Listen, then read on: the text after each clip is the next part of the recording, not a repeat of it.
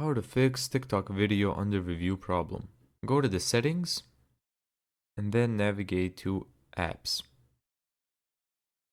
Let's click apps and then scroll all the way down until you see TikTok. It should be somewhere at the bottom right here. So now go to storage and then click clear cache and clear data.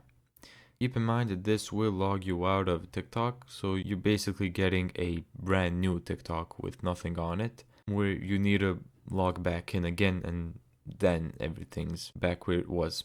So if that doesn't work, go to the Play Store and make sure that your TikTok app is updated.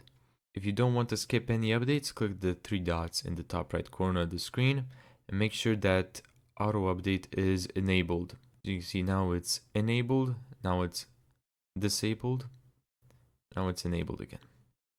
Thank you so much for watching this video. If you found this tutorial helpful, make sure to give it a thumbs up and subscribe. And as always, see you in the next video.